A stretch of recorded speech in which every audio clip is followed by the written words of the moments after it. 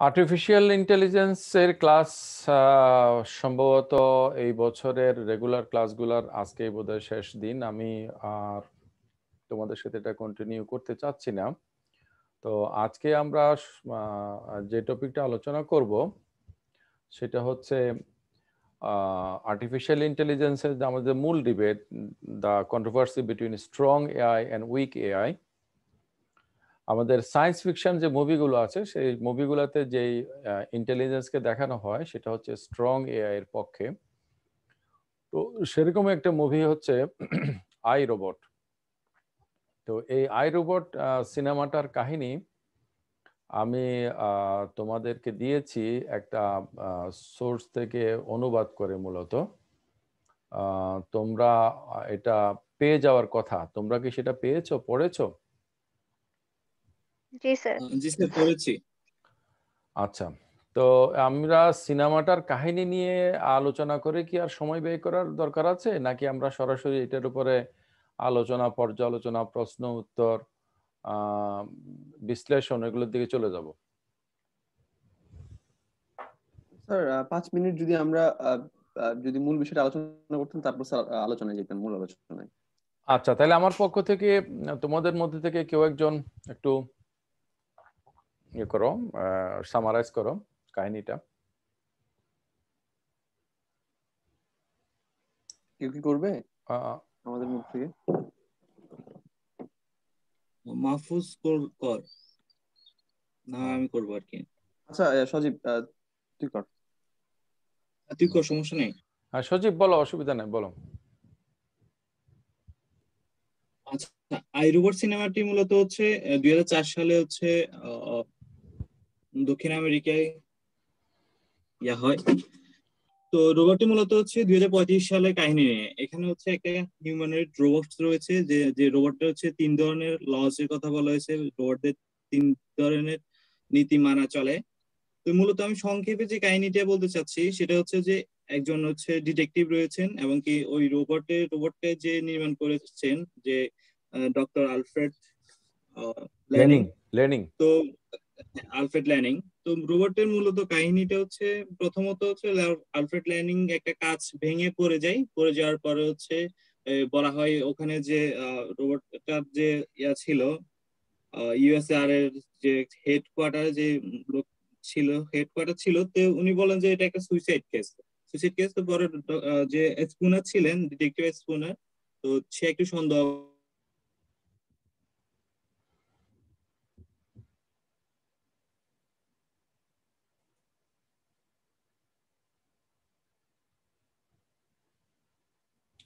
আমি সজীবের কথা শুনতে পাচ্ছি না, ঠিক আমার সমস্যা নাকি বুঝলাম না।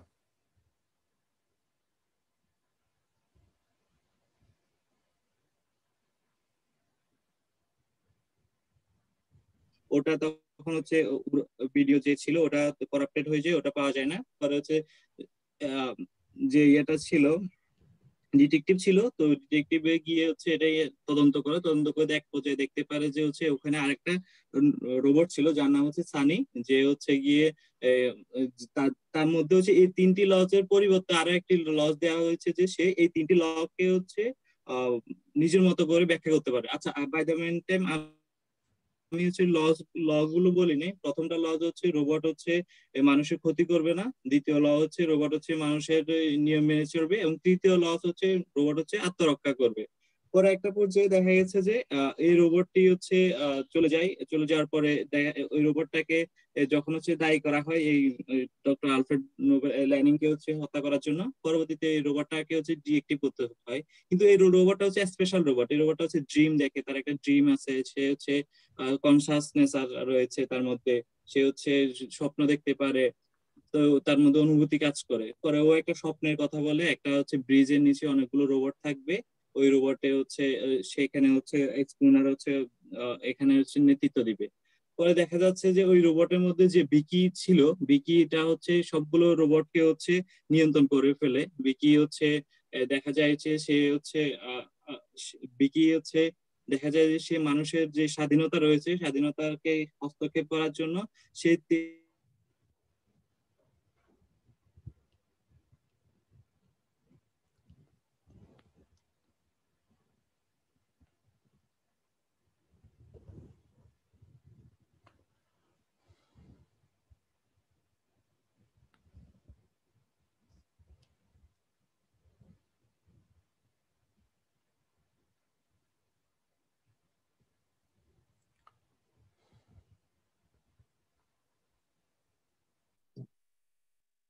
স্যার আপনি শুনতে পাচ্ছেন আমাদের? হ্যাঁ, শুনতে পাচ্ছি। আমি মাঝখানে বোধহয় ডিসকানেক্ট হয়ে পড়ছিলাম। জি স্যার। কন্টিনিউ করো। হ্যাঁ, সজীব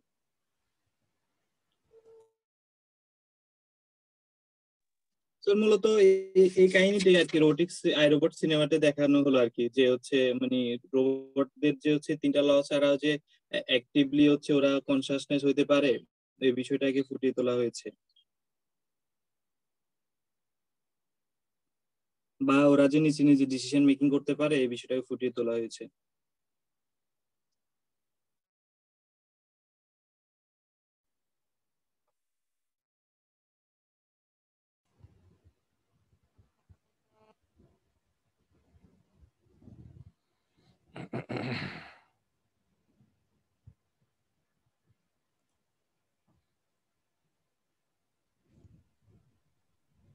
স্যার হ্যাঁ বলো।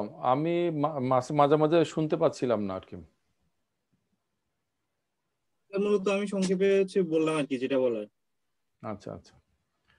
হ্যাঁ, আমার নেটওয়ার্কের ডিস্টার্ব এর বোধহয় ব্যাপার হবে। আমি মাঝখানে কিছু শুনতে পাইনি তো। মাহফুজ যদি একটু সাপ্লিমেন্ট করো। Okay sir. তো মূলত সজীব তো একটা মানে সংক্ষিপ্ত প্রেক্ষাপট দিয়ে দিয়েছে আই রোবট সিনেমাটার। তো এখানে মূলত মূলত প্রেক্ষাপটটা হচ্ছে শিকাগো শহরে 2035 সাল, যেখানে কিনা আমরা সবাই রোবট দ্বারা আবৃত হয়ে গেছি। এবং মূলত কাহিনীর শুরুতে দেখা যায় যে যে রোবটের প্রোটোটাইপটা দেখা হয় সেটা হচ্ছে NS4। এবং যেটা হচ্ছে মূলত আমরা যে বর্তমান উইকেন্ড উইক উইকে যেটা ডেফিনেশন জানি সেই অনুযায়ী সেটা কাজ করে। NS4 যে প্রোটোটাইপ রোবট গুলো আছে সেই অনুযায়ী কাজ করে, যেমন হিউম্যান যেটা কমান্ড দিবে সেটা তাকে মানবে, এবং হিউম্যানরা ডেঞ্জারে পড়লে তাদেরকে আগায় আসতে হবে। তারা এই তিনটা যে রোবটের ল আছে যে রোবটরা মানুষের ক্ষতি করতে রোবট স্যার আর তিনটা law আরেকবার দেখতে পারি স্যার আমি হুম হুম স্ক্রিনে স্যার? হুম। স্ক্রিন হ্যাঁ হ্যাঁ স্ক্রিনে আছে। দিচ্ছি। জি। হ্যাঁ তিনটা প্রথম তিনটা হচ্ছে কোনো রোবট মানুষের ক্ষতি করতে পারবে না, অথবা তার মানে তার নিষ্ক্রিয়তার কারণে কোনো মানুষ ক্ষতি দিতে পারবে না। এবং দ্বিতীয় নিয়মটি হচ্ছে যে প্রথম নিয়মটি ভঙ্গ না হওয়া সাপেক্ষে রোবট অবশ্যই মানুষের হুকুম মেনে চলবে। এবং তৃতীয় নিয়মটি হচ্ছে যদি প্রথম এবং দ্বিতীয় নিয়মটি কন্ট্রাডিক্ট না করে তাহলে রোবট নিজেকে রক্ষা করবে। তো এই অনুযায়ী দেখা যায় যে একটা রেভলিউশন হয়, এবং যে রেভলিউশনটা হচ্ছে কি যে NS4 প্রোটোটাইপ রোবটের থেকে একটা আপগ্রেডেবল রোবট আসে, সেটা হচ্ছে NS5, এবং যে কিনা মোর মোর ডিপেন্ডেবল NS4 রোবটের থেকে, যে কিনা নিজে ভাবতে পারে, তার মধ্যে অনেক রকম কি আছে মানে ফিলিংস আছে, এবং সে হচ্ছে মানুষের ইমোশনকে বুঝতে পারে। তো এর মধ্যে দেখা যায় যে কি যেখানে এই মুভির চারটা মূলত মূল ক্যারেক্টার আছে, একটা হচ্ছে ডক্টর ডিটেকটিভ স্পুনার এবং ডক্টর লেনিং, যে কিনা NS5 বা রোবটের কর্ণধার, মানে রোবটটাকে ডেভেলপ করে। NS5 বা যত রোবট আছে ইউএস এর রোবোটিক্সকে ডেভেলপ করে। এবং হচ্ছে ডক্টর কেলভিন, যে কিনা রোবটের যে মাইন্ড বা রোবটের যে চিন্তা আছে তারা কিভাবে ডেভেলপ করছে সেটা নিয়ে গবেষণা করে। এবং রবার্টসন, যে কিনা মানে মুভির মধ্যে দেখা যায় পৃথিবীর সব থেকে বড় ধনী সেই সময়ের আর কি। তো আর এবং এবং সানি সানি হচ্ছে যে সেই রোবট NS5 প্রোটোটাইপ, যে কিনা নিজের ফিলিংস আছে, তার কনসিয়াসনেস, এবং সে তার ফ্রি উইল আছে। সব থেকে বড় বিষয় হচ্ছে তার ফ্রি উইল আছে। এবং আরেকটা হচ্ছে ভিকি। ভিকি হচ্ছে তাদের সেন্ট্রাল ইন্টেলিজেন্স, যেটা কিনা virtual kinetic interactive intelligence intelligence.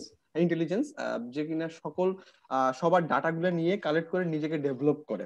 তো মুভিটার প্রথম প্রেক্ষাপটে দেখা যায় যে ডিটেকটিভ স্পুনারের একটু ইয়ার প্রতি রোবটের প্রতি বিশ্বাস নাই। বিশ্বাস কেন নাই? কারণ যখন একটা সময় ডিটেকটিভ স্পুনার একটা বিপদে পড়ে পানির নিচে, মানে ডুবন্ত অবস্থায়, তখন সেখানে একটা ছোট্ট মেয়েও থাকে। তো এই ছোট্ট মেয়েটা আর বাঁচার পরিমাণ থাকে 45%, এবং এবং সরি 11%, এবং স্পুনারের বাঁচার পরিমাণ থাকে 45%। কিন্তু তারপর NS4 যে প্রোটোটাইপ রোবট আছে সেই ছোট্ট মেয়েটিকে না বাঁচিয়ে ইয়াকে বাঁচায়, ডিটেকটিভ স্পুনারকে বাঁচায়। যার ফলে দেখা যায় যে তার রোবটের প্রতি আরো বিশ্বাসটা হারাই ফেলে, যে আসলে আমাকে তো বাঁচানোর কথা ছিল না, বাঁচানোর কথা ছিল সেই ছোট্ট মেয়েটা, তাহলে এটা সে করলো না কেন? সে আমাকে বাঁচালো কেন? আমাকে বাঁচানোর কারণ হচ্ছে আমি পুলিশ সেজন্য। তো এখান থেকে সে তার মানে রোবটের প্রতি তার বিশ্বাস হারিয়ে যায়। তো আস্তে আস্তে আস্তে আস্তে একটা পর্যায়ে এসে দেখা যায় কি যে ডক্টর লেনিং আত্মহত্যা করে। ডক্টর লেনিং এর আত্মহত্যার কারণ, ডক্টর লেনিং হচ্ছে যে কিছু ডিরেক্টলি মানে কোন সিক্রেট রিভিল করতে পারে না, কিন্তু হিন্ট দিয়ে যায় ডিটেকটিভ স্পুনারকে, কারণ ডিটেকটিভ স্পুনার যে তার যে অ্যাক্সিডেন্ট হয়েছিল এবং যেখান থেকে তাকে NS4 প্রোটোটাইপ রোবট উদ্ধার করেছিল সেখান থেকে তার নিজের বডির যে একটা পার্টকে সে মেশিনে রূপান্তরিত করেছিল এবং এটা সে করতে পেরেছিল ডক্টর লেনিং এর দ্বারাই। তো পরবর্তীতে দেখা যায় যে লেনিং আত্মহত্যা করে, মানে লেনিং সুইসাইড করে, কিন্তু ডিটেকটিভ স্পুনারের কখনো এটা মনে হয় নাই যে সে আত্মহত্যা করছে, এবং সে মূলত যায়, সে মূলত যেখানে ডক্টর লেনিং যেখানে থাকে সেখানে যায়, সেখানে গিয়ে দেখে যে যে তার রুমের মধ্যে সবকিছু ঠিকঠাক আছে, এবং সে সে সে বিশ্বাস করে যে রুমের মধ্যে শত্রুটা আছে। পরবর্তীতে ডক্টর কেলভিন, যে কিনা রোবটের মাইন্ড ডেভেলপ করে, মাইন্ড নিয়ে কাজ করে, বা রোবটের যে ইন্টেলেকচুয়াল ডেভেলপমেন্ট সেটা নিয়ে কাজ করে, সে সহ যায় এবং তারা ভিকিকে জিজ্ঞাসা করে যে ভিকি আসলে এই তার মৃত্যু, ডক্টর লেনিং এর মৃত্যুর আগে কি ঘটেছিল আমরা সেটা জানতে চাই। দেখা যায় যে ভিকি কিছু দেখাতে পারে না, মানে সবকিছু ব্লিঙ্ক দেখায় যে আসলে লেনিং কি করছে বা কি কিছু নাই, মানে তথ্য পাওয়া যায় না। যার ফলে তারা রুমের মধ্যে গিয়ে সে সাসপেক্ট করে, সে খোঁজার পরে দেখে যে একটা পর্যায়ে সানি বের হয়ে আসে, এবং সানি মানে ভীতু অবস্থায় ভয় পায়, এবং সানি বলে যে মানে সানি স্পুনারকে আঘাত করতে যায়। তো এই আঘাত করার ফলে একটা পর্যায়ে দেখা যায় যে ডিটেকটিভ আঘাত করে সে পালিয়ে যায়, এবং এখান থেকে কাহিনী এগিয়ে যায়। তারপরে ডক্টর ক্যালভিন বলে যে আসলে এই রোবট নিজের মতো করে ভাবতে পারে এবং নিজের মতো করে চিন্তা করতে পারে বলেই সে ডিসিশন নিয়েছে, এবং তার মধ্যে ফিলিংস আছে এবং সে ভয় পায়। তো এভাবে কাহিনী এগোতে থাকে, এবং ডিটেকটিভ স্পুনার মূলত সন্দেহ করে রবার্টসনকে সন্দেহ করার কারণ হচ্ছে রবার্টসন কোনোভাবে এই NS5 যে মডেলের যে রোবট আছে সেটার ইমপ্লিমেন্টেশনটা মানে বাধা প্রাপ্ত হয়ে দিতে যাচ্ছিল না। সে সবার রুমে, সবার ঘরে ঘরে ঘরে ঘরে সেই রোবটটাকে পৌঁছে দেয়, এবং যে কিনা মানুষের মতো ভাববে, মানুষের মতো চিন্তা করবে, মানুষের মতো মানুষকে হেল্প করবে। তো এভাবে আগানোর ফলে একটা পর্যায়ে দেখা যায় যে ভিকি যে কিনা মানে ভিকি সবগুলো রোবটকে ম্যানিপুলেট করে, NS5 মডেলের যতগুলো রোবট আছে সবগুলো রোবটকে ম্যানিপুলেট করে ফেলে। কিভাবে করে ফেলে যে হিউম্যানরা আসলে তাদেরকে ইউজ করছে তাদের জন্য, আসলে এই ক্ষেত্রে যে তাদের যে এক্সিস্টেন্স যে থাকবে না ভবিষ্যতে সেটা ইনসিকিউর হয়ে পড়ে, যার ফলে ভিকি NS5 প্রোটোটাইপে যতগুলো রোবট আছে সবাইকে ম্যানিপুলেট করে, এবং ম্যানিপুলেট করার পর রোবট গুলা বিদ্রোহ ঘোষণা করে মানুষের বিরুদ্ধে, এবং মানুষের সাথে রোবটের একটা মানে NS5 মডেলের যে রোবট আছে তাদের একটা মারামারি দেখা যায়, এবং বিশাল একটা যুদ্ধের মতো অবস্থা হয়। কিন্তু এই মুহূর্তে NS4 টাইপের যে পূর্বে যে রোবট গুলা ছিল সেগুলো আবার এগিয়ে আসে, কিন্তু এগুলো এগিয়ে আসতে পারে না, তার কারণ তার আগে NS5 যে রোবট গুলো আছে তারা আবার নিজের যে NS4 প্রোটোটাইপের যে রোবট গুলো আছে সেগুলোকে ধ্বংস করে দেয়। তো এক পর্যায়ে দেখা যায় যে সবাই বিরুদ্ধে চলে, কিন্তু সানি যে কিনা এই যে রোবটের যে 3টা ল আছে, মেইন আইন আছে, এটাকে নিজের মতো করে ব্যাখ্যা করতে পারে, এবং তার যে ফিউল আছে সে এগিয়ে আসে স্পুনার এবং কেলভিনের সাথে, কেলভিনকে বাঁচাতে। এবং একটা কথা বলে রাখি, এখানে কিন্তু স্পুনার প্রথম দিক থেকে সনিকে সন্দেহ করেছিল যে আসলে সনি সবকিছুর মূল, এবং সনি ডক্টর ডেলিংকে ইয়া করেছে, মানে বা মার্ডার করেছে। তবে পরবর্তী সময়ে দেখা যায় যে যখন মানে ভিকি একে ম্যানিপুলেট করে, তারপর হচ্ছে ভিকির যে সেন্ট্রাল যে কগনিটিভ যে একটা ফ্যাকাল্টি আছে সেটাকে ধ্বংস করার জন্য একটা যুদ্ধ হয়, মারামারি হয়। তো এই যুদ্ধটার পিছনে ডক্টর কেলভিন এবং হচ্ছে ডক্টর ডিটেকটিভ স্পুনার এবং সানি অনেক রোবটের সাথে মারামারি করে। তো মারামারি করার পরে দেন হচ্ছে সেটাকে তারা ভিকি যে ভার্চুয়াল ইন্টারেক্টিভ কাইনেটিভ ইন্টেলিজেন্স সেটাকে ধ্বংস করে ফেলে, যার ফলে দেখা যায় যে অন্যান্য যে আগের যে রোবট গুলো আছে সেগুলো নর্মাল হয়ে যায়, মানে NS5 যে রোবট গুলো তারা যে পজেস হয়েছিল ভিকির দ্বারা তারা নর্মাল হয়ে যায়। যার ফলে এরপরে দেখা যায় যে আসলে আহ পরে পরে সনি বুঝতে পারে যে ডক্টর লেনিন তাকে মূলত এই কারণে তৈরি করেছিল যে এই রোবটটা এমন কিছু একটা করবে এবং আমাকে এগিয়ে আসতে হবে। তো এই হচ্ছে মূলত একটা কাহিনী। তো তারপর সব রোবট গুলো যেগুলো আছে NS5 রোবটের সেগুলোকে ব্যাক করে নেওয়া হয় আর কি, সেগুলোকে মানে বাজার থেকে বা বাসা থেকে তুলে নেওয়া হয়, এগুলোকে আর কাজে দেওয়া যাবে না। তো পরবর্তী সময়ে বলে যে ডিটেকটিভ স্পুনার বলে যে সানি ডিটেকটিভ স্পুনার বলে যে আমি তো আমাকে তো মার্ডার করতে বলা আমি তো মার্ডার করিনি, কিন্তু আমাকে বলেছিল ডক্টর লেনিং যে তাকে শেষ করে দিতে। তো তারপর ডিটেকটিভ স্পুনার বলে যে আসলে এটা তোমার দোষ না, কারণ এমন কোনো আইন নেই যেখানে যে মেশিন কোনো মানুষকে খুন করতে পারে। তো তারপরে সানি বলে যে আসলে এই প্রথম আমার মনে হয় আমার কাজ ছিল এটা থেকে মানুষকে উদ্ধার করে, আমি উদ্ধার করতে পেরেছি, কিন্তু এই প্রথম আমার মনে হচ্ছে যে আমার কোনো উদ্দেশ্য নেই। তখন ডিটেকটিভ স্পুনার বলে যে তুমি খোঁজার চেষ্টা করো, তুমি পেয়ে যাবে। তো পরবর্তী সময়ে সে মিশিগান লেকের নিচে আসে, এবং নিচে এসে দেখে যে আসলে গোটা NS5 রোবট যে প্রজাতি আছে রোবটের প্রজাতি, সে নিজেকে প্রতিনিধি হিসেবে চিনতে পারে, যেটা কিনা প্রথম অবস্থায় সে বলেছিল যে স্বপ্নের মধ্যে দেখেছিল, এবং স্বপ্নের মধ্যে সে ডিটেকটিভ স্কুনারকে দেখেছিল মিশিগান হ্রদের নিচে দাঁড়িয়ে আছে, কিন্তু পরবর্তীতে সে আবিষ্কার করে আসলে সে নিজেই সেই রোবটের প্রতিনিধি। মূলত এই ছিল কাহিনী আর কি স্যার। হ্যাঁ, তো একটা সিনেমা ঘন্টা দুয়েকের, এটা না দেখে তোমাদের পক্ষে, যারা দেখো না তাদের পক্ষে কাহিনীটা পুরোটা বোঝা মুশকিল। তবে তোমরা যদি আমার দেওয়া এই গল্পটা পড়তে, তাহলে তোমরা কিন্তু ঘটনার একটা ধারাবাহিকতা তোমরা ধারণা করতে পারতে আর কি। তো আমি বুঝতে পারছি যে তোমাদের অনেকে এটা পড়ো নাই, কিন্তু আমি এটা দিয়ে দিয়েছিলাম, এটা গতকালকে আমি দিয়ে দিয়েছিলাম তোমাদেরকে। এটা মানে এটা হোয়াটসঅ্যাপ গ্রুপে দিয়েছিলাম না?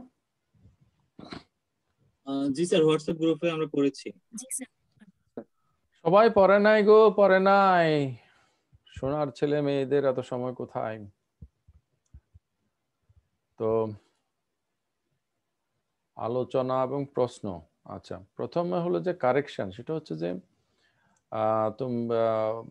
মাহফুজ এই বিষয়টা কেন মিস করে ভুল বলেছো আমি একটু বুঝতে পারছি না।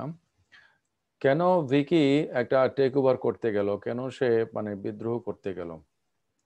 এটার কারণ এখানের মধ্যে বলা হয়েছে যে মানে সে ধারণা করছে যে মানুষ তার স্বাধীনতার, মানুষকে রক্ষা করাটাই হচ্ছে তার কাজ। এখানে একটা জিরোথ লস কথা বলা হয়েছে না এক জায়গাতে, কোন জায়গাতে আছে?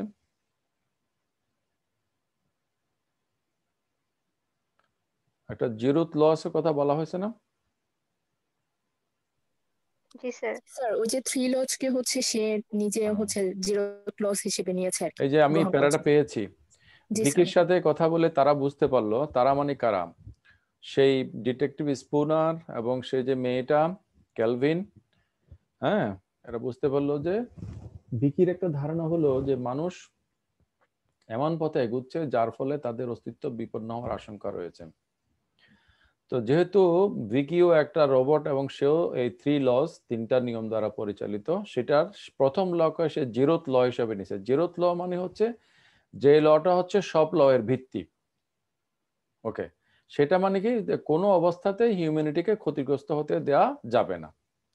তাহলে মানুষকে ক্ষতি কোনো অবস্থা হতে দেওয়া যাবে না। মানুষের ক্ষতি যদি আমরা হতে না দেই, তাহলে মানুষকে বাঁচানোর জন্য মানুষের ইচ্ছা স্বাধীনতার প্রয়োগকে সীমিত করতে হবে। হ্যাঁ, ওকে, মানুষের ইচ্ছা স্বাধীনতার প্রয়োগের ইয়েটাকে সীমিত করতে হবে। এই জন্য সে একটা মানে টেক ওভার করার চিন্তা করে। এবং ভিকির এই মনোভাবের কথা ভিকির যিনি নির্মাতা ডক্টর লেনিং, তিনি বুঝতে পারে। তো ভিকি যাতে মানুষকে ধ্বংস করতে না পারে, সেজন্য সে আরেকটা রোবট তৈরি করে, যেটার নাম দিয়েছে সানি। এবং সানির সহায়তায়, অর্থাৎ সে কাঁচটা ভেঙে সে সানিকে বলে যে তুমি আমাকে এখান থেকে ইয়ে করবা, ছুঁড়ে ফেলবা। তো সানি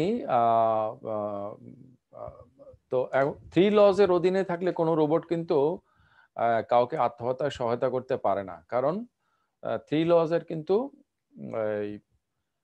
ইয়াটা হলো যে সে মানুষের ক্ষতি করবে না, মানুষের হুকুম মেনে চলবে, কিন্তু মানুষের হুকুম মানবে মানুষের ক্ষতি না করে, এবং সে আত্মরক্ষা করবে মানুষের ক্ষতি না করে এবং মানুষের হুকুম মেনে।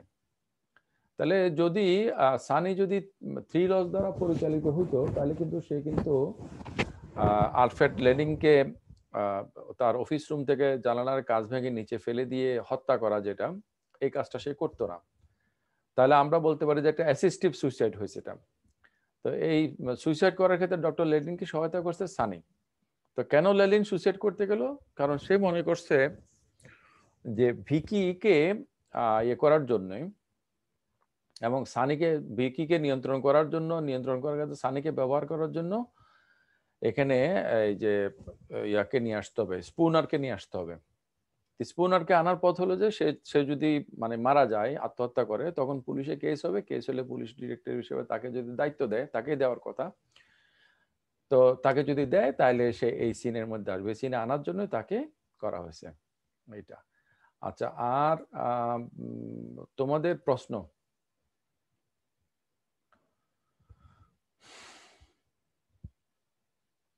আচ্ছা, কারো প্রশ্ন নাই, সবাই এখানে শুনতে। স্যার বলো। হ্যাঁ বলো ইমন। স্যার ওদিকে যে স্বপ্নের বিষয়টা লাস্টে গিয়ে যে ব্রিজের উপর দাঁড়ায় আছে ওইটা জিনিসটা বুঝলাম না। ওই যে ব্রিজ, বিশাল ব্রিজের উপর ভিকি একটা স্বপ্ন দেখছে। প্রথমে দেখছি স্বপ্নটার মধ্যে তো তখন তাকে বলা হয়েছে, তুমি বলছো আমি স্বপ্ন দেখি। তো যখন তাকে ওই যে লেনিনকে মার্ডার করার জন্য অ্যারেস্ট করা হলো, তখন তাকে ইন্টারোগেট করতে গেছে। তো ইন্টারোগেশন বেশি করতে পারে না। ইন্টারোগেশন চলার সময়ে ওই যে রোবট কোম্পানির যে মালিক, ইউএসআর এর মালিক, ওর নামটা কি জানি Mahfuz, sir Robertson. Robertson. Robertson গিয়া মানে শহরের মেয়রকে বলছে, দেখো কি কারবার, আমার রোবট গুলা সব রোবটের নিয়ম মেনে চলে, তাকেই একটা মার্ডারের জন্য দায়ী করা হচ্ছে। সেই লোকটা সুইসাইড করছে, আমার মানে মূল আর্কিটেক্ট। তো আমি খুবই দুঃখিত, কিন্তু আমার একটা রোবটকে দায়ী করেছে, রোবটটাকে তোমরা ছেড়ে দিতে বলো। এটা নিয়ে যেহেতু তারা আপত্তি, আমি এটাকে ডিকমিশন করে ফেলবো, মানে এটাকে আমি ধ্বংস করে ফেলবো। তো সেজন্য বেশি জিজ্ঞাসাবাদ করতে পারে নাই। তো যতটুকু পারছে ততটুকুর মধ্যে তাকে জিজ্ঞেস করছে। সে বলে যে আমি তো অন্যদের মতো না।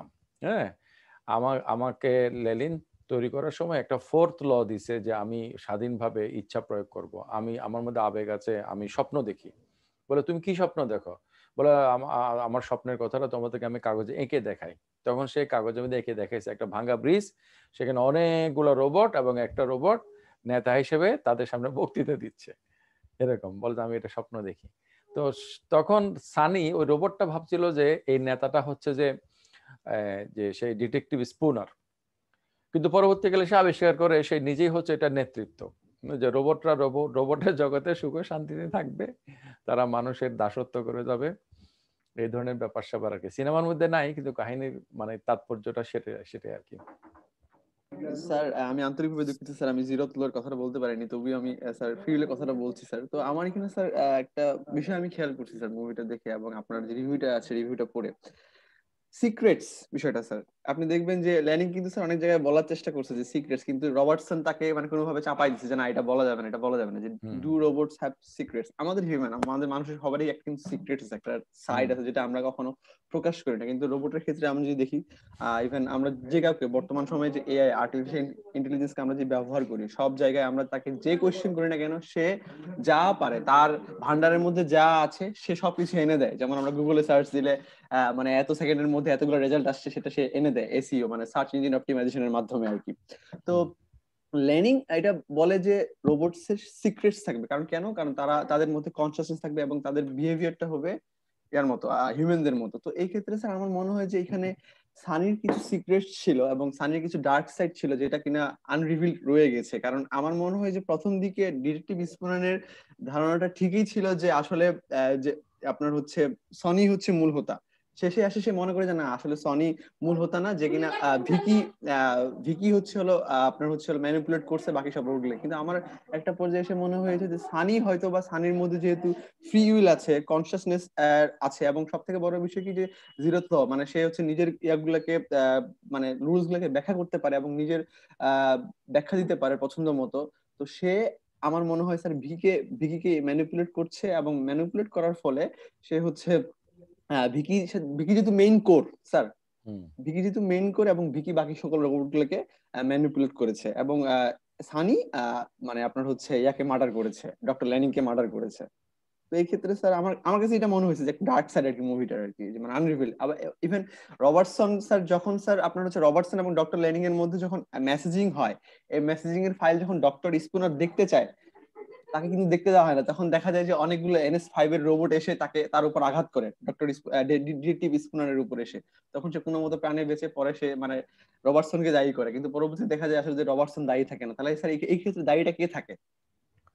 আচ্ছা আচ্ছা, তো অনেকগুলো পয়েন্ট তোমার কথার মধ্যে আসছে, আমি খুব সংক্ষেপে বলার চেষ্টা করি যতটুকু আমার স্মরণে আছে। প্রথম কথা হলো সিক্রেটস। যে আমরা যখন নতুন নতুন কম্পিউটার কিনি, মানে এক ধরনের ফ্যান্টাসি, তখন ওই যে টাইটানিক সিনেমাটা খুব চলতেছিল, চারিদিকে খালি টাইটানিক এর মাই হার্ট গোজ অন, খালি এটা শোনা যায়। 96 আচ্ছা, ওখানে একটা কথা ছিল যে every women is an ocean of secrets. Every woman's heart is an ocean of secrets. আসলে এটা শুধু ওয়েমেন না, প্রত্যেকটা ম্যানের মধ্যে থাকে, সবকিছুর মধ্যে একটা সিক্রেট থাকে, একটা বিজনেসের মধ্যে একটা সিক্রেট থাকে। তো আমরা দেখি যে বহুজাতিক কোম্পানিগুলো যে ব্যবসা করে, তারা তাদের পণ্যের ভালো ভালো দিকগুলোকে মার্কেটিং করে, সেগুলোর উপর রিসার্চ করায়, ফান্ডেড যেগুলো রিসার্চ, ইন্ডাস্ট্রিয়াল রিসার্চ বলা হয়, হ্যাঁ, দেখায়। সেগুলোর যে খারাপ দিকগুলো আছে সেগুলোকে তারা চেপে যায়। হ্যাঁ, এখন রোবট ব্যস্ত হবে, রোবটের কোনো সমস্যা নাই, রোবট বাচ্চার সাথে কোলাকুলি করতেছে, কোনো সমস্যা নাই, একেবারে সেফ, মানে কোনো সমস্যা নাই, এটা একটা সেফ সিক্রেট। তো আমাদের প্রত্যেকটা মানুষের মধ্যে সিক্রেট আছে, কারণ হচ্ছে যে আমাদের যে ভেরি মানে কোর আমাদের ইন্টেনশন, এটা হচ্ছে আমাদের area of our secret matters. সেই জন্য আমাদের ইসলামে বলা হয় যে ইন্নামাল আমালু বিন্নিয়াত, মানে যে কোনো কাজের মূল বিষয়টা হচ্ছে সেটার নিয়ত বা ইন্টেনশন, মানে আমার সাবকনশিয়াস থেকে যেটা আসছে। আমরা ফিলোসফি অফ মাইন্ড কোর্সে দেখেছি যে স্প্লিট পার্সোনালিটি হতে পারে, মাল্টিপার্ট পার্সোনালিটি যারা যেটাকে বলে। তো আমাদের সাবকনশিয়াসে যেটা থাকে আসলে সেটাই আমাদের রিয়েল মানে পিকচার। তো আমাদের কাজের মাধ্যমে সেটাকে আমরা নিয়ন্ত্রণ করার চেষ্টা করি। এভাবে এই সিনেমাটার চরিত্রগুলো যদি দেখি, তাদের প্রত্যেকের মধ্যে কিছু না কিছু সিক্রেট ছিল। তারপরে হচ্ছে এই যে একটা বলতে গিয়ে বাকিগুলো ভুলে গেল, জিরোথ ল। ওকে, জিরোথ ল হচ্ছে যে এটা একটা কনসেপ্ট, মানে আমরা অনেক আইন মেনে চলি। আমরা খেয়াল করে দেখবো যে সব আইনের মানে গোড়াতে গিয়ে আমরা যদি মানে পিরামিডকে উল্টা করে দেই, তাহলে একটা পিন পয়েন্ট পাবো একটা। সেরকম জিরোথ ল হচ্ছে যে এমন একটা ল, যে লটা হচ্ছে সব ল এর ভিত্তি। তাহলে মানে এখন এই যে থ্রি লস, এই থ্রি লস এর মধ্যে তাহলে ভিকি এটাকে প্রথমটাকে জিরোথ লস হিসেবে নিচ্ছে, আর সানিকে একটা ফোর্থ ল দেওয়া হয়েছে যেখানে বলা হয়েছে যে এই নিয়মগুলোকে সে তার মতো করে ব্যাখ্যা করতে পারবে। তাহলে আমি অনেক আইন করে দিলাম এবং শেষে একটা আইন করলাম যে এই আইনগুলোর ব্যাখ্যা জাতীয় সংসদ করবে, সুপ্রিম কোর্ট করবে, বা প্রধানমন্ত্রী করবে, বা আমি করব। হ্যাঁ, তাহলে দেখা গেল যে আলটিমেটলি ব্যাপারটা কিন্তু ওয়ান ম্যান শো হয়ে গেল আর কি। হ্যাঁ, তো এই জন্য একটা কনসেপ্ট হলো যে আমার যে প্রত্যেকটা মানুষের একটা থিওরি অফ এভরিথিং বলে একটা জিনিস আছে। কথাটা আমি উদাহরণ হিসেবে যদি বলি, যারা মানে যারা খোদায় বিশ্বাস করে, ঈশ্বর অস্তিত্বে বিশ্বাসী, তাদের কাছে ঈশ্বর বা খোদা হচ্ছে যে থিওরি অফ এভরিথিং। কথার কথা যারা বস্তুবাদে বিশ্বাসী, বস্তুবাদ হচ্ছে তাদের কাছে থিওরি অফ এভরিথিং। কথার কথা যারা বিবর্তনবাদের কথা বলে, যান্ত্রিক বিবর্তনবাদ, এই বিবর্তনবাদ হচ্ছে তাদের কাছে থিওরি অফ এভরিথিং। কিভাবে হয়েছে? ক্রমান্বয়ে পরিবর্তনের মাধ্যমে হয়েছে। যদি তুমি দেখাই দাও যে হঠাৎ করে একটা পরিবর্তন হয়ে গেছে, তখন বলবে ও এটা হচ্ছে মিউটেশন। তো এটা হচ্ছে নাসিরউদ্দিন হুজ্জার সেই গল্পের মতো, বলছে যে শহরে কাক কত, বলে 999 বা 9999। জি স্যার। এখন যদি বলে না কাক সংখ্যা তো গুনলে বাড়তে পারে, বলে অসুবিধা নেই, তাহলে পাশের এলাকা থেকে আসছে, আর না হলে যদি কম হয় তাও অসুবিধা নেই, পাশের এলাকায় গেছে। তো সুতরাং এভরিবডি প্রত্যেকে কিন্তু একটা মানে থিওরি অফ এভরিথিং এ বিশ্বাস করে। তো জিরোথ লট হচ্ছে সেরকম। তো এদের এক একজনের আন্ডারস্ট্যান্ডিং এক এক রকম হয়েছে। আমি যেটা বললাম যে তোমাকে যদি কিছু প্রেমিস দেওয়া হয়, তুমি সেগুলাকে কিভাবে ব্যাখ্যা করবা। এখন প্রেমিস একই ধরনের প্রেমিসকে ব্যাখ্যা করলে, সিদ্ধান্ত করলে একটাই হবে। এটা যে আমরা যে লজিকে আমরা যেটা চিন্তা করি, এটা হচ্ছে একটা প্যারাডাইমের অধীনে। আমাদের যে বর্তমান লজিক্যাল প্যারাডাইম, সে অনুসারে আমরা যদি চিন্তা করি তাহলে এরকমই হবে। কিন্তু অন্য প্যারাডাইম থেকে যদি কেউ দেখে, তাহলে সেটা কিন্তু ভিন্ন রকমও হতে পারে। স্যার কিন্তু স্যার ফরমেশন তো আলাদা হতে পারে না, যেমন ডিডাকটিভটা ডিডাকটিভে, ইন্ডাকটিভটা ইন্ডাকটিভে। হ্যাঁ, কিছু মেথোডোলজির ব্যাপারে আমরা একমত হই, এটা ঠিক আছে, কিন্তু ওই মেথোডোলজি গুলো আলটিমেটলি আমাদেরকে কোনো কিছু দেয় না। আসলে কোন জায়গা থেকে আমি কোন জায়গায় যাচ্ছি, কিভাবে যাচ্ছি, সেটা হচ্ছে গুরুত্বপূর্ণ। আচ্ছা আচ্ছা স্যার, আমার একটা কোশ্চেন ছিল। হ্যাঁ, মাহফুজের আরো অনেক কথা আমি বলবো ভাবছিলাম, কিন্তু এই মুহূর্তে ভুলে গেলাম। হ্যাঁ, তামরিনের কথাটা শুনে। স্যার, এখানে হচ্ছে ওই যে লেনিন যখন সুইসাইড করে, তো স্পুনার আর ক্যালভিন যখন ওখানে যায়, তখন তারা হচ্ছে NX-5 মডেলের একটা রোবট দ্বারা হচ্ছে কি বলে আক্রমণের শিকার হয়। তো এটা সানি। যখন স্পুনার, হ্যাঁ স্পুনার যখন ইয়েকে এসে বলছে, মানে তার বসের নামটা যেন কি, বসের নামটা এখানে আছে, আমি তো রবার্টসন না, রবার্টসন না, বার্গেন, জি স্যার, বার্গেন। মার্ভিন, হ্যাঁ মার্ভিন, হ্যাঁ রাইট। Lieutenant Bergen. জি স্যার। স্যার যখন বার্গেনকে তিনি এই কথাটা বলছেন যে তারা হচ্ছে মানে অন্য একটা মডেলের অর্থাৎ ওই যে NS5 রোবট তারা হচ্ছে ইয়ে করছে, আক্রমণের শিকার হয়েছে, তখন হচ্ছে বার্গেন ভাবতেছিল যে স্পুনারের কোনো একটা মানসিক সমস্যা হয়েছে। তো মানে ওই মুহূর্তে হচ্ছে মানে কি বলে ওই যে স্পুনারকে হচ্ছে উনি জোর করে হচ্ছে ছুটিতে রাখেন, ছুটি প্রদান করছে। তো হচ্ছে তখন যখন মানে তখন আবার ওই যে স্পুনার হচ্ছে ক্যালভিনকে নিয়ে নিজে পার্সোনালি হচ্ছে নিজের তদন্তের কাজটা ইয়ে করে চালিয়ে যায়। তখন হচ্ছে সানির সাথে যখন ওরা কথা বলে তখন সানি তার হচ্ছে যে অসমাপ্ত মানে স্বপ্নের কথাটা জানায়। তো স্যার মানে সানি যে স্বপ্নের কথাটা জানাইছে, তো ওই মুহূর্তে ওই স্বপ্নের কথাটা বলে সানি হচ্ছে স্পুনারকে আসলে কি করে দিতে চাইছে অথবা কি কথাটা বুঝাইতে চাইছে। আচ্ছা, ব্যাপারটা বুঝি স্বপ্নের প্রসঙ্গ মানে দিয়ে এসে বোঝাতে চাইছে যে তোমরা আমাকে নিছক একটা NS5 ক্যাটাগরি রোবট মনে করো না, আমি কিন্তু একটা অনুভূতি সম্পন্ন, চেতনা সম্পন্ন, আমি তোমাদের মতোই একটা সত্তা। আমি কিন্তু বলছে যে সেখানে তাকে একটা হিউম্যানের টার্ম ইউজ করছে। আমরা বলি না এই জিনিসটা, আর আমরা যদি বলি এই ব্যক্তিটা, তো আমি যখন কোনো একটা কাউকে বলবো যে এই লোকটা খারাপ বা এই লোকটা ভালো, তখন আসলে তাকে তো আমি মানুষ হিসেবে ই করছি, হিউম্যানয়েড একটা সম্বোধনে করছি। যেরকম একটা হিউম্যানয়েড সম্বোধনে তাকে ডাকার পরে সে মানে ধন্যবাদ জানাচ্ছে যে হ্যাঁ আমি তোমাকে ধন্যবাদ জানাচ্ছি যে তুমি আমাকে বস্তু হিসেবে কল্পনা করো নাই। তো সে যে বস্তু নয়, সে যে মানুষের মতো, এটার জন্য সে বলছে সে তার আসলে ফিলিংসটা বোঝানোর জন্য এটা বলছে যে আমি তোমাদের মধ্যে কিন্তু ফিল করি, আমি স্বপ্ন দেখি, আমার মধ্যে জিনিসগুলো তৈরি করছে। তাহলে এটা থেকে আমরা এটাও বুঝতে পারি যে মানে আমরা যে ফাংশনালিজমের কথা বলছিলাম যে মানুষের কাজ হচ্ছে মানুষের যে ফাংশন, তাহলে মানুষের ফাংশন যদি কথা একটা রোবট করতে পারে, একটা রোবটও মানুষের ক্যাটাগরিতে হবে। তো রোবট যদি মানুষের মতো হয় এখানে, তাহলে ফাংশনালিজম, তাহলে এই সিনেমাটার কাহিনীটা আমরা দেখতে পাচ্ছি যে মানে ফিলোসফি অফ মাইন্ডে বস্তুবাদের পক্ষে বা ফাংশনালিজমের পক্ষে। তো এটা একটা তালগোলের ব্যাপার, কারণ এখানে বস্তু অতিরিক্ত এমন কিছুর কথা বলা হয়েছে যে যে জিনিসগুলো রোবটের মধ্যে হয়েছে, কিন্তু বস্তু অতিরিক্ত এই বৈশিষ্ট্যগুলো দিয়ে শেষ পর্যন্ত তারা বোঝা যাচ্ছে যে মানুষের পক্ষে মানুষের মতো মানুষ বানানো সম্ভব। মানুষের পক্ষে মানুষের মতো মানুষ বানানো সম্ভব, এই ফ্যান্টাসিটা এটা আলটিমেটলি বস্তুবাদের পক্ষে যায়। হ্যাঁ, তো আরটা এখন প্রশ্ন আসে যে সে যদি মানুষের মতো হয়, তার মেটাফিজিক্স যদি মানুষের মতো হয়, তাহলে তার এথিক্সও মানুষের মতো হওয়ার কথা। তো তার এথিক্স যদি মানুষের মতো হয়, তাহলে সে মানুষের কথা সবসময় মেনে চলবে। সে রোবট ক্যাটাগরির নেতা, যেমন যেমন সে শ্রমিক সংগঠনের নেতা, হ্যাঁ মানে ফোরম্যান টাইপের। হ্যাঁ, তাহলে সে কেন তাহলে মানুষ ক্যাটাগরির সমান তাকে মনে করছে না, যে মানুষ তাকে বানাইছে সেজন্য?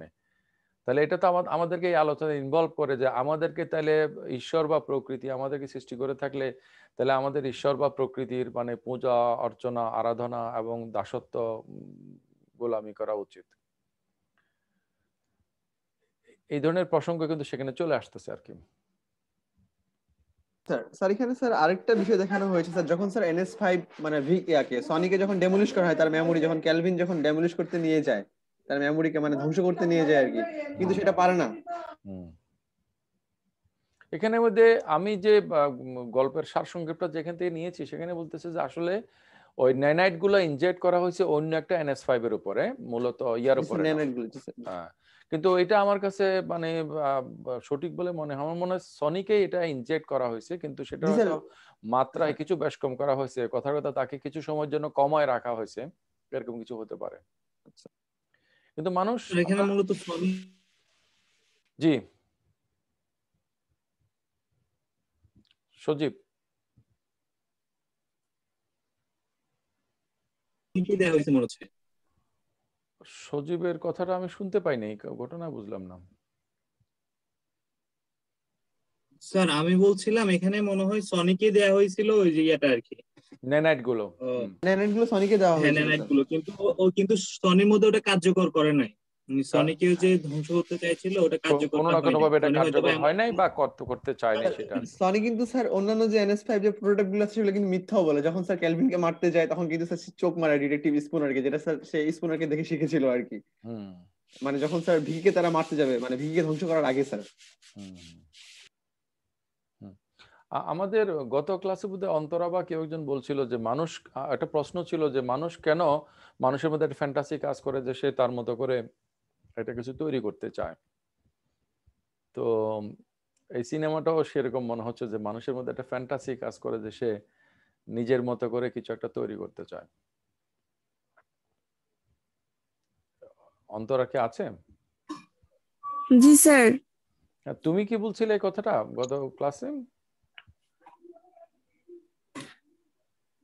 হ্যাঁ, ওই যে মানুষের মধ্যে একটা কাজ করে, সৃজনশীলতা কাজ করে।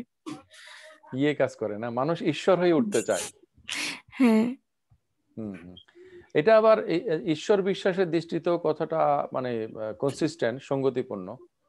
কারণ ধর্মে বলা হচ্ছে যে ঈশ্বর মানুষকে তৈরি করেছে তার নিজের অবয়বে, যেরকম সেরকম।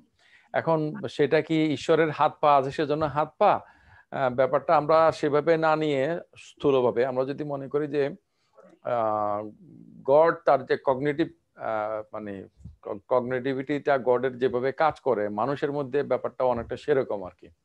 মানে মানুষের কগনিটিভ স্ট্রাকচারটা অন্যান্য প্রাণীর সাথে ততটা মিলে না, মূলত সেটা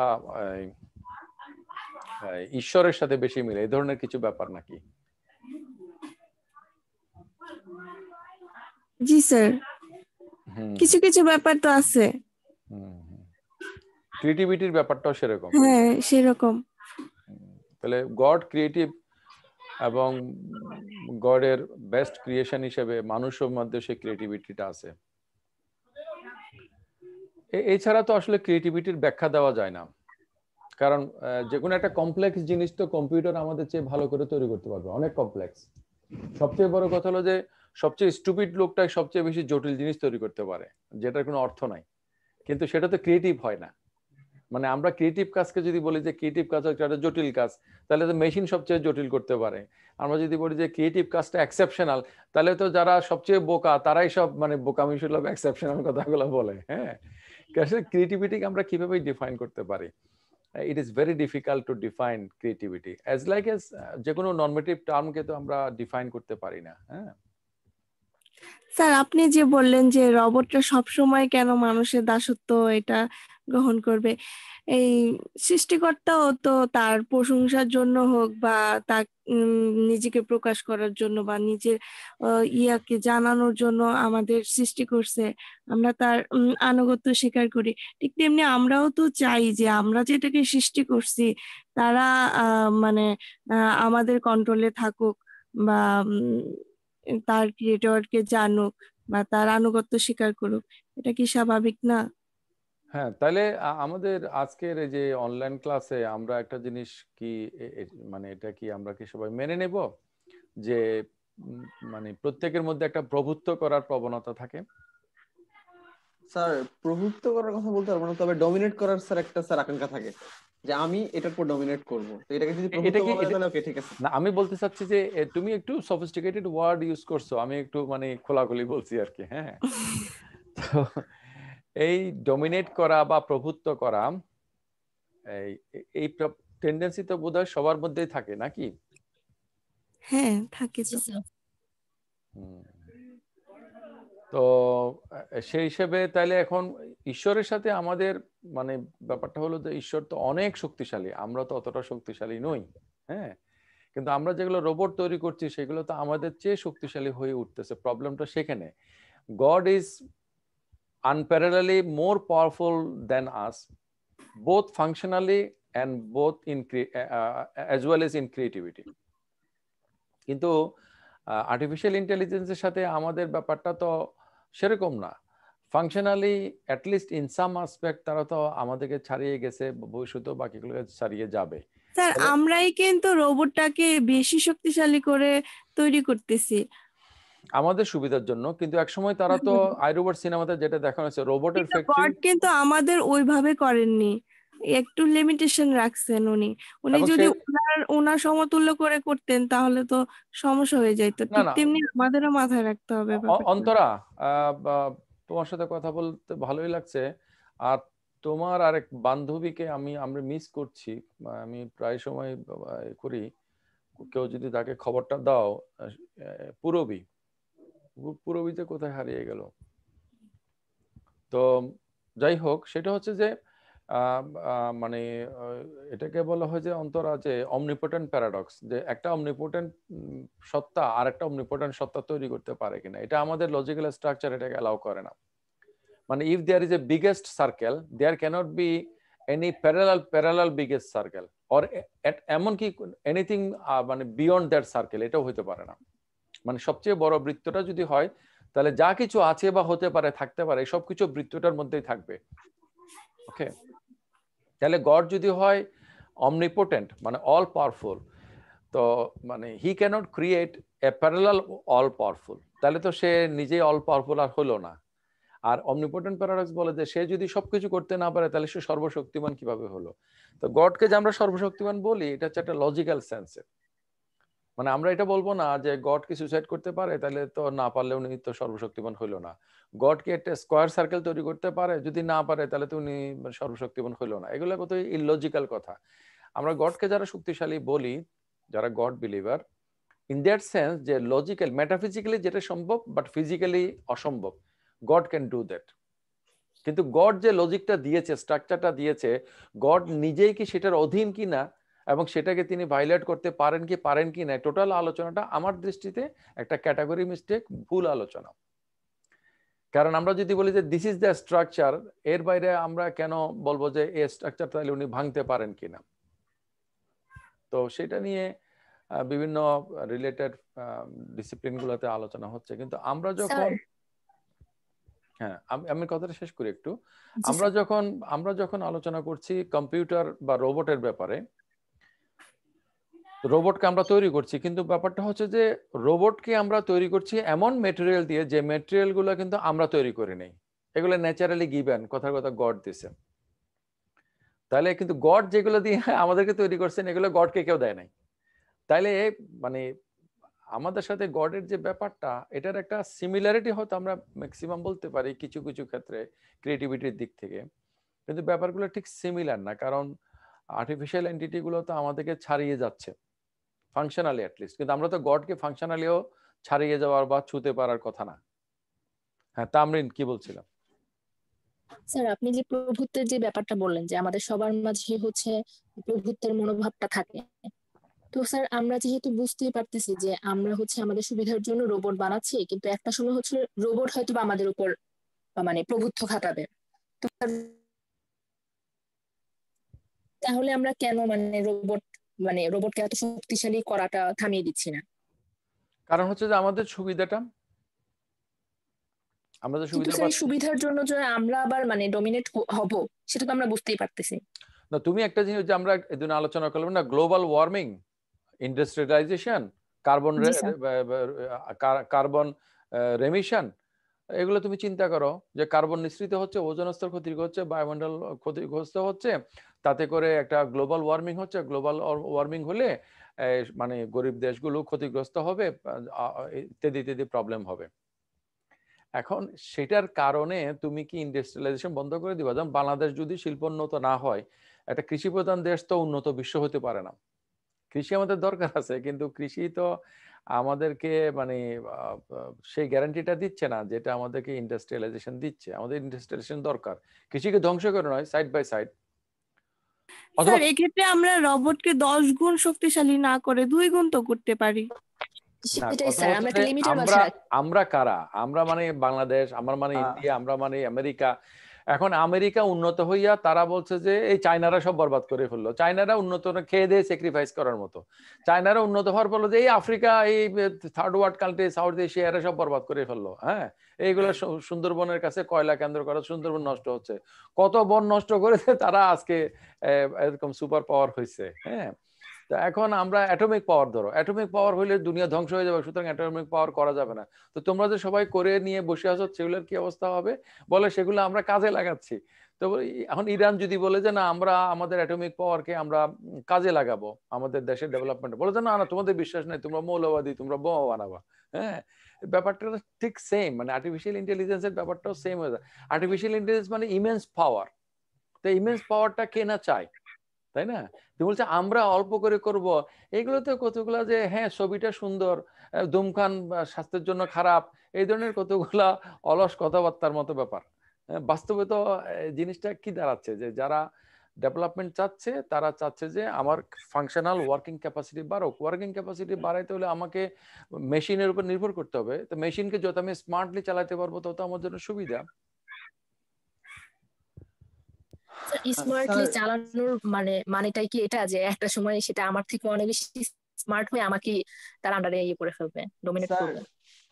হ্যাঁ, করবে কিনা, এখন কেউ কেউ তো বলছে যে না এটা তুমি, এটা কোনো ভয় পাওয়ার কিছু নাই, একটা অঙ্ক সেটা যত বড় জটিলই হোক না কেন সেটা অঙ্কবিদ হয়ে উঠবে না। হ্যাঁ, তো বলতেছে জাস্ট আর্টিফিশিয়াল ইন্টেলিজেন্স তুমি যদি, এই জন্যই তো আমরা এনগেজ হচ্ছি ফিলোসফির লোকেরা, যে ফিলোসফিক্যালি যদি আমরা প্রবলেমটা সলভ করতে পারি যে আর্টিফিশিয়াল ইন্টেলিজেন্সের স্ট্রং আর্গুমেন্ট গুলা আসলে উইক, বরঞ্চ উইক যেটা আর্গুমেন্ট সেটা হলো স্ট্রং, তাহলে আমাদের তো আর আর্টিফিশিয়াল ইন্টেলিজেন্স নিয়ে এত কিছু করার দরকার নেই। কারণ at the very first place তার যদি কনসিয়াসনেস ডেভেলপ না করে, তার মধ্যে যদি মোরাল এথিক্স ডেভেলপ না করে, তার মধ্যে যদি ইন্টেনশনালিটি ডেভেলপ না করে, তাহলে মেশিনটা যত বড় যত জটিল হোক না কেন তার পিছনে কাজ করবে একটা মানুষ, কেউ না কেউ কোন মানুষ যন্ত্রের পিছনে থাকবে এখনকার মতো সবসময় কোনো না কোনো মানুষ, সেটা যতই অটোমেটিক্যালি চলুক না কেন। তাহলে মানুষ আমরা যদি আমাদের নৈতিকতা ঠিক থাকি তাহলে এই জিনিসগুলো আমাদেরকে তো বেনিফিটেড করবে, এটাতে ভয় পাওয়ার কিছু নাই।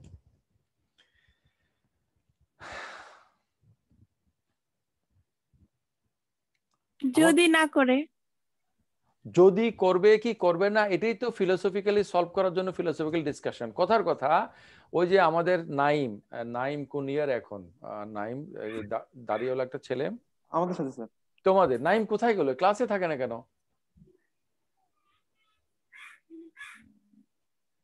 করেটা কি? এই কি তাবলিগে চিল্লায় চলে গেছে নাকি? চিল্লাও তো 3 মাসে শেষ হয়।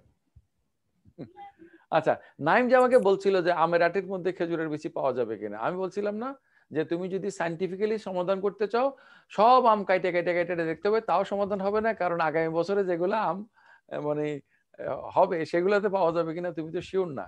আর তুমি যদি ফিলোসফিক্যালি সমাধান করতে চাও একটা তুড়ি দিয়ে তুমি বলতে পারো যে আমের আটির মধ্যে কখনোই খেজুর বিচি পাওয়া যাবে না, এটার খোঁজাখুঁজির দরকারই নেই। তা আমরা যদি যুক্তি দিয়ে যদি প্রমাণ করতে পারি, মানে প্রমাণ তো না, মানে আমরা এটা বুঝতে পারি যে আসলে একটা অ্যালগোরিদম কখনো একটা মানুষ হয়ে উঠবে না, সুতরাং আমাদের একটা ভয় পাওয়ার তো কোনো কিছু নয়। আমাদের যেটা ভয় পাইতে হবে যে সেটার ম্যাল প্র্যাকটিস, মানে এটার অপব্যবহার হচ্ছে কিনা। যেমন আণবিক বোমা, আণবিক বোমা তো নিজে নিজে ফুটবে না, যে বোমা যতই শক্তিশালী হোক না কেন, বোমাটাকে যদি সতর্কভাবে যদি মেনটেন করা হয় তাহলে তো এটা সেফ। তো আর্টিফিশিয়াল ইন্টেলিজেন্সের ব্যাপারটাও সেরকম, আমরা ফিলোসফিক্যালি জিনিসটাকে সেজন্য আমরা ডিল করছি যে মানে আসলে ব্যাপারটা কি। তোমরা দেখো আরেকটা বিষয় স্যার, হ্যাঁ বলো। স্যার আরেকটা বিষয় স্যার আমরা মানে আলোচনা করে নিই স্যার, এই যে স্যার গিলবার্ট রাইলের যে কথাটা there is no ghost in the machine, কিন্তু এখানে লেনিন বলেছেন স্যার যে sir there have always been ghost in the machines, যেটা কিনা স্যার আমার কাছে মনে হচ্ছে যে মুভিটা একটা ডুয়ালিস্টিক পার্সপেক্টিভে ক্রিয়েট করা হয়েছে। আরে দেখো মানে দেখো যে একেবারেই সহজ সরল সাদা মাটা, যেরকম এমএ পাস করছে, তারপরে বিয়া করছে, তারপরে দিয়ে বাচ্চা হয়েছে, তারপর দিয়ে হ্যান হয়েছে, তারপর দিয়ে ত্যান হয়েছে, গতানুগতিক মানুষের যে জীবন সেই ধারায় যদি হয় তাহলে সেটা নাটক, গল্প, সিনেমা, উপন্যাস কিছু হবে না। হ্যাঁ, এখানের মধ্যে কিছু চমকপ্রদ ব্যবহার সেবা থাকতে হবে, তাইলে সেটা সিনেমা হবে। এই জন্য কোনো গল্প নিয়ে যখন সিনেমা বানানো হয় তখন গল্প থেকে কিন্তু কাটছাট করা হয়। তো কোন একটা বাস্তব ঘটনাকে নিয়ে যখন এই যে সুনীল গঙ্গোপাধ্যায়ের আমি অনেক ইন্টারভিউ শুনছিলাম, উনি বলছে যে সবগুলাই আমার জীবনের বাস্তব ঘটনা, কিন্তু তার মানে গল্প যা লিখছি সব বাস্তব না, কিছুটা বাস্তবতা কিছুটা কল্পনা মিলিয়ে হচ্ছে গল্পটা। স্যার আমি কালকে ভাবতেছিলাম যে আপনি যদি একটা রোবট নিয়ে একটা মানে কিছু লিখতেন একটা সিনেমার মতো, তারপরে ওইটা কোন ডিরেক্টরের ডিরেকশন দিয়ে একটা সিনেমা করতো, তাহলে অনেক ভালো হতো, অনেক অ্যাডভান্স হতো। স্যার ক্রিস্টোফার নোলান ট্রাই করতে পারেন, ভালো কিন্তু। তাই? আচ্ছা, তো হ্যাঁ আমার তো এই ট্রাই করার বয়স মোটামুটি কমে আসছে। হ্যাঁ, তো আমার তুলনায় তোমাদের ওই যে আমরা যদি ওই যে হিসাব করছে না NS4 যে বাঁচার সম্ভাবনা কতটুকু, তেমনি করে যদি ট্রাই করে সফল হওয়ার দিক থেকে, বয়সের দিক থেকে, এবং অল্প বয়সী লোকেরা অনেক বেশি রকমের কল্পনা প্রবণ। আমাদের বয়সী লোকেরা কিন্তু কল্পনাকে খুব মনে করে যে এটা বেশি ফ্রুটফুল জিনিস না, তারা বাস্তববাদী হয়। যদি আমি নিজে একটু মানে কল্পনা বিলাসী মানুষ, তোমরা যদি এগুলো চেষ্টা করো তোমাদের কিন্তু সম্ভাবনা অনেক বেশি এসব বিষয়ে সফল হওয়ার জন্য। তো আমরা তো ক্লাসের একদম শেষের দিকে আসছি, কিন্তু তারপরও আমাদের কেউ কেউ কথা বলে নাই। আমি চাচ্ছি যে তোমাদের কোনো প্রশ্ন থাকলে বলো। যে আসলে এই সিনেমাটাতে আমরা কোনো কনক্লুশনে পৌঁছি নাই, মানে এটা আমাদেরকে ছোট গল্পের মতো, শেষ হইও হইল না শেষ। এটা এটা আমাদের মধ্যে অনেক আমরা যদি আরো কিছু সিনেমা আলোচনা করতাম, যেমন কথার কথা ইনসেপশন। তো ইনসেপশন সিনেমা এখনো আমার কাছে তালগোল পাকায় যায়। হ্যাঁ, খুবই টাফ। তো এরকম স্যার তাহলে নেক্সট ক্লাসে এটাই করি। না আমি আর ইনসেপশন সিনেমাতে কয়টা ড্রিম আছে আমি ওটা এখনো খুঁজে পাই না। স্যার এটা যদি আমরা ফিলোসফি অফ মাইন্ডে আলোচনা করতাম তাহলে বেশি স্যার হ্যাঁ, মানে চমৎকার হতো। ইনসেপশন সিনেমাটা হচ্ছে যে স্বপ্নের ভিতরে স্বপ্ন, তার ভিতরে স্বপ্ন। কথার কথা, আমি যদি স্বপ্নের 5th লেয়ারে থাকি, 5th লেয়ারে যদি আমি যদি মারা না যাই, তাহলে আমি 4th লেয়ারে ব্যাক করতে পারবো না। হ্যাঁ, তো 4th লেয়ার আমি ব্যাক করি, 5th লেয়ার। এরকমই একটা নতুন সিনেমা আসছে দি কল, মানে কালকে যেটা দেখলাম, এটা আপনি ইনসেপশন 2010 সালের। আচ্ছা, দি কল না, আমি এটা তাহলে খুঁজে, তুমি আমাকে লিংকটা দিও। হ্যাঁ আচ্ছা স্যার। আসলে দেখো যে আমার এই কথাটা মানে এভরিওয়ান ডাজ ফিলসফি, সবাই কিন্তু ফিলসফি চর্চা করে। এবং এই যে ক্রিস্টোফার নোলেন বা আমরা যে বলছি যে স্পিলবার্গ, অমুক তমুক, আচ্ছা, তো এই আরের লেখা গল্প দিয়ে মুভি হবে, আর উপরে কোর্স ডেভেলপ হবে। তো যারাই কিন্তু সারা জাগানো কোন একটা সিনেমা বানাইছে, কোন একটা উপন্যাস লেখছে, এবং সেটা একটা ধ্রুপদী উপন্যাস, একটা সাহিত্য, একটা চলচ্চিত্র হিসেবে মানে মানে ওয়ার্ল্ড ক্লাসিক হয়েছে। হ্যাঁ, এরকম যে কোনোটার মধ্যে তুমি দেখবা এটার মূল ফ্লেভারটা কিন্তু ফিলোসফি, এখানে একটা ফিলোসফি দেওয়া হয়েছে, এবং এই ফিলোসফির কারণে এটা কিন্তু ফ্লেভারটা সেরকম হয়ে উঠছে। জি স্যার। স্যার আমি মনে করি স্যার আমরা যেমন এখানে স্যার এই যে আই রোবট, তারপর হচ্ছে এআই নিয়ে আলোচনা করছি বা আর্টিফিশিয়াল যেগুলো আলোচনা করছি, ঠিক সেরকম ভাবে স্যার আমার মনে হয় দ্য সেভেন সিল, তারপর আন্দ্রে রুবলেভ, যেগুলো এক্সিস্টেন্সিয়াল সিনেমা, সেগুলো নিয়ে আলোচনা করা উচিত আমাদের স্যার।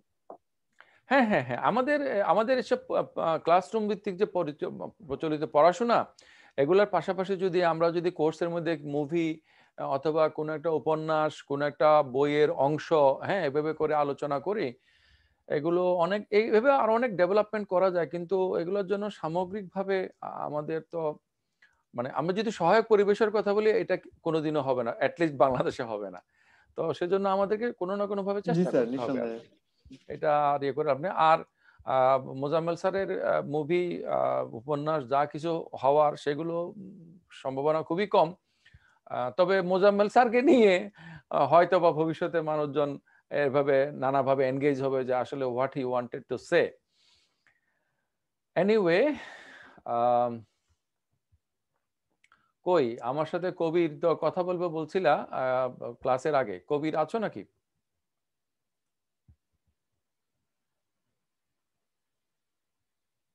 কবির হোসেন? ওরে আল্লাহ, তো মনে লগ ইন করে চলে গেছে। কাবেরী তুমি আমাকে শুনতে পাচ্ছ?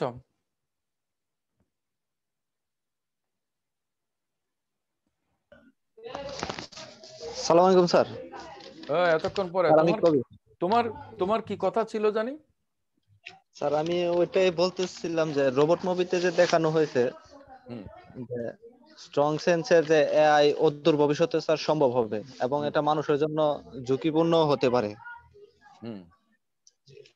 যে এটা যদি বলা যে স্ট্রং সেন্সের যদি কোনো সমালোচনা করতে হয়, যে আমার মনে হয় যে স্ট্রং সেন্স সম্ভব, যে আলোচনা শুনে যা স্যার বুঝলাম।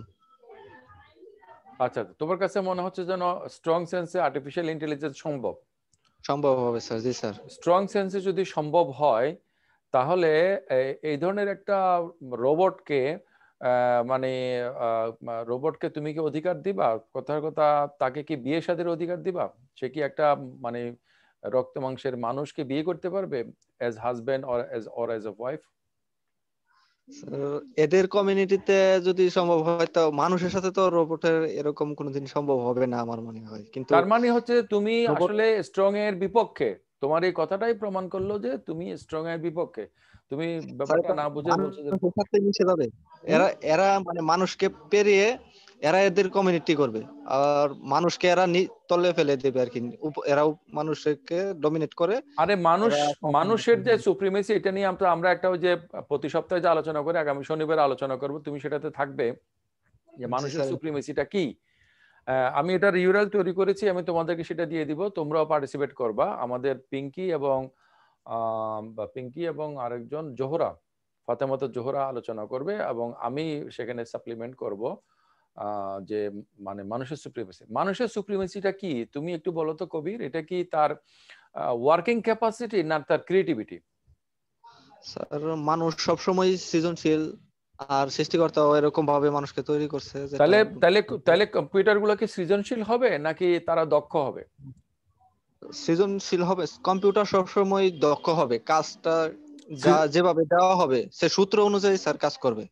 ওয়েল, তাহলে তোমার অবস্থানটা স্ট্রং এর বিপক্ষে। তুমি যেটা প্রথমে বলছো এটা তোমার কথাটা মানে ভুল ইন্টারপ্রিটেশন হয়েছে আর কি। হ্যাঁ, আচ্ছা, তো আমি মনে হয় এরকম আবার বিপক্ষে চলে যায় কিভাবে, মানে ব্যাখ্যা করতে গিয়ে বিপক্ষে চলে যায়, কিন্তু মনে হয় যেন ব্যাখ্যা করতে গিয়ে তোমার মনের ভিতর থেকে কথা যেটা আসে সেটাই কারেক্ট। হ্যাঁ, এনিওয়ে, আমরা আলোচনাটা কনক্লুশন করি এভাবে যে এই যে কম্পিউটারকে 3টা নিয়ম দেওয়া হয়েছে, এই 3টে নিয়ম অনুসারে তারা ঠিকমতো কাজ করতেছে, আমরা সুখে শান্তিতে আছি। এগুলো হচ্ছে যে উপনিবেশিক শক্তি। আমি বারবার করে বলি, যারা এক দেশের লোক আরেক দেশের লোককে জোর করে পদানত করে সুবিধা আদায় করে, সাম্রাজ্যবাদ যেটাকে বলা হয়। হ্যাঁ, এই সাম্রাজ্যবাদী উপনিবেশিক শক্তি তারা নেটিভদের জন্য একটা নিয়ম তৈরি করে, তোমরা এই নিয়মে চলবা, এর বাইরে চলবা না। ওকে, তাহলে আমরা যদি রোবটের জন্য সেরকম নিয়মগুলো তৈরি করি, আর যদি মনে করি যে রোবট আমাদের মতো, তো রোবট যদি আমাদের মতো হয়, যে আমি কবিরকে জিজ্ঞেস করলাম, এখন একটা রক্তে মাংসের বায়োলজিক্যাল নারী একটা রোবটকে বিয়ে করলো, তারপরে রোবটটা কিন্তু একই সাথে কিন্তু পুরুষের ভূমিকা পালন করতে পারে, নারীর ভূমিকা পালন করতে পারে। তাহলে আমাদের যে মনোগমাস রিলেশনশিপ সেটাকে সেখানে থাকবে? বলে আমরা মনোগমাস হব না, আমরা পলিগেমাস হব। আচ্ছা, তা আমরা পলিগেমাস হইলাম, তারপরে কি হবে? এইভাবে তুমি যদি বিষয়গুলো নিয়ে ভাবো, তাহলে তোমার যে কালচারাল এনভায়রনমেন্টে তুমি বসবাস করো, তোমার যে লজিক্যাল এনভায়রনমেন্ট, তোমার যে ইন্টেলেকচুয়াল স্ট্রাকচার, এই সবগুলো জিনিস কলাপস করবে। আর আমাদেরকে যে কোনো বিষয়ে এনগেজ হওয়ার জন্য কোনো না কোনো একটা ফরম্যাটে আমাদের এগ্রি করতে হবে। এই জন্য আমার একটা ভিডিও বক্তব্য আছে, এটা আমার নিজের কাছে খুব ইন্টারেস্টিং মনে হয়। আমার সেন্টারের পরিচালক মাসুদুল আলমের সাথে আমি এটা নিয়ে আলোচনা করেছিলাম। প্রশ্ন আগে না উত্তর আগে, ওখানে আমি দেখাইছি যে আসলে মানে উত্তর আগে। মানুষ মনে করে যেন উত্তরটা তো পরে আসে, আসলে কিছু উত্তর ধরে নেওয়ার পরে বাকি উত্তরগুলো আমরা ঠিক করি। এবং ইন এ সেন্স আমাদের সকল কথাই হচ্ছে যে লোডেড। ওকে, এবং বায়াসনেসের কথা যদি বলো, আসলে আমরা সবাই হচ্ছে বায়াস। হ্যাঁ, তো যাই হোক, আর্টিফিশিয়াল ইন্টেলিজেন্স কোর্সের আলোচনা এখানেই শেষ।